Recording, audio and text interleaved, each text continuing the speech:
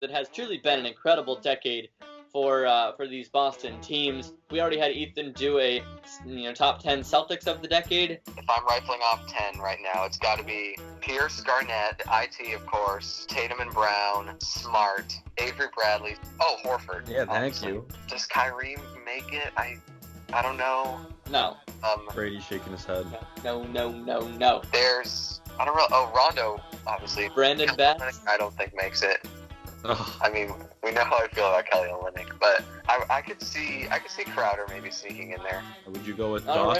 I'm going Brad just because he rebuilt the Celtics with very little. So now I'd like to go through the other teams. Do you have maybe a top 10 list of Bruins that you would pick out for this decade? I'm going to go Patrice Bergeron, Zdeno Chara, Brad Marchand, David Pastrnak, David Krejci, Tuukka Rask.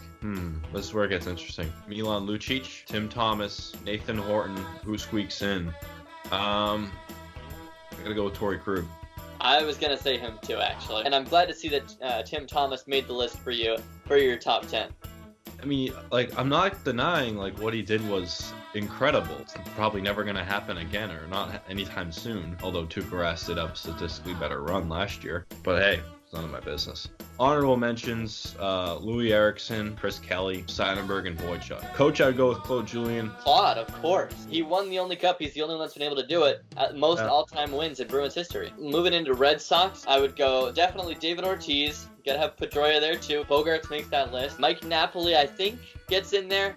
I think he was the best first baseman we've had this decade. I'm going to go Gomes as well, kind of a similar guy to Napoli. He was good enough for that World Series year, kind of embodied what that team was about. Mookie Betts, of course. Jared Saltalamacchia, your best catcher of the decade, I believe. Christian Vasquez getting close, but not there just yet. John Lester, put Chris Sale on the list. And then I think I go Koji Uehara with my 10th pick. Leaving out some big names in there. David Price, Rick Porcello, Craig Kimbrell, even Will Middlebrooks was good in his time here. Oh, it's killing me not to put Clay Buchholz in there. I'd put Ellsbury in there. Kevin Youkilis, I want to say Devers, but he hasn't been there long enough. Brock Holt.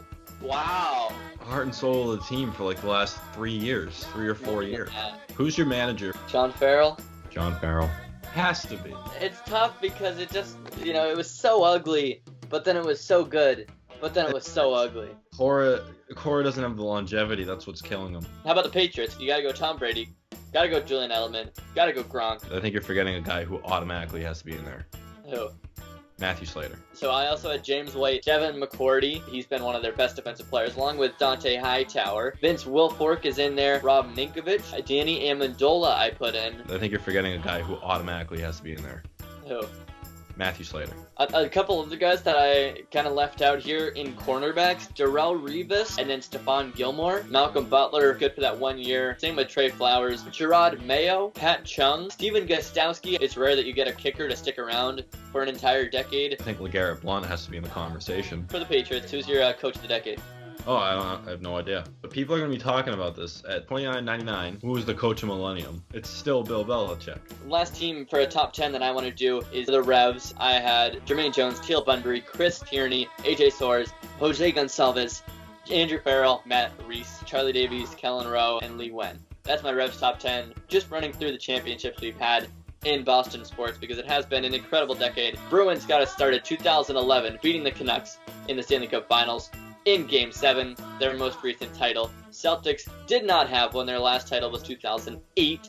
But the Patriots more than made up for that. They had 3 between 2014 over the Seahawks. That Seahawks win, of course, being the Malcolm Butler interception game. 2016 over the Falcons, the infamous 28-3 game. And then 2018, they beat the Rams in the lowest scoring Super Bowl in NFL history. Red Sox had 2. 2013 over the Cardinals, and that was the whole Boston Strong team. 2018, they beat the Dodgers 4-1 in the World Series, the most dominant Red Sox team in history. It's been a good decade, Patrick. It has. Can you pick any one of those championships that meant the most? Super Bowl 51. Super Bowl 51. Why is that? As I talked about Tim Thomas, when's the next time we're going to see something like that? I was heartbroken at halftime. I just went and took a nap. I was mad. I was angry. I was tired. It's midway through the third quarter and I hear people getting excited. And all of a sudden, my spirit's back. I have a completely different top 3. That doesn't even make my top 3. Well, it depends. We're talking about the game itself. That's the best. I was going with what meant the most. That was the best game. For sure. So In go on. terms of most At the significant, I have the top 3. Number 3 being the Bruins, winning in 2011, the first title for them in 39 years. It's been pretty tough for them to get back to that level. They've gone to the Stanley Cup Finals twice since then, and have been knocked out in the late stages, Game 6 against the Blackhawks, Game 7 against the Blues. So that makes the 2011 championship seem all the more impressive. My second one, 2014 Patriots over the Seahawks. Maybe I'm a little bit I mean, you were there. that one. I was in attendance, but it was kind of just the reestablishment of the Patriots dynasty, where they hadn't won one in 10 years, which by their standards was a long time, and they've been in so many AFC championships, they'd gone to Super Bowls, and they couldn't get it done. So to be able to go back, beat the Seahawks in dramatic fashion there in Arizona 2014, probably their biggest win of the decade, and we've seen that they've been able to build off of it with, a championship every other year since then. And then my number 1 most significant, the 2013 World Series, just based on, what it meant to the city. I think at that point, there was just something different about that team.